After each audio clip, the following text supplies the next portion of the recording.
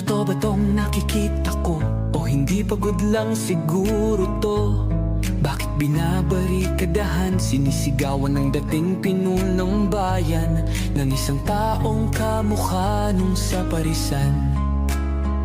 Syudad nila na minsang aktibo sa karahasan, ngayong malinis at progresibo kaysa sa ilan.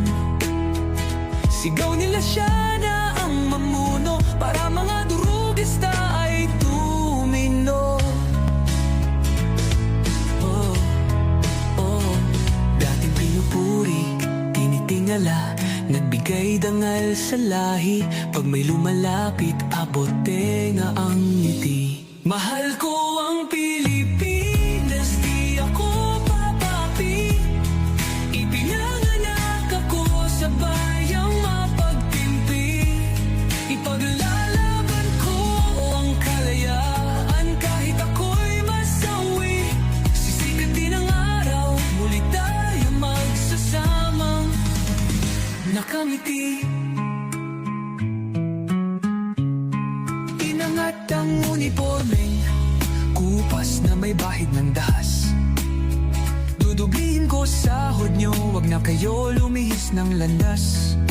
Ulihin nyo mga gumagawa ng masama, kahit pangalan ko nakataya. Akong bahala sa kaso nyo, basta kayo ang nasa tama. Pero ano ang isinukli? Bakit kayo nagpunyagi?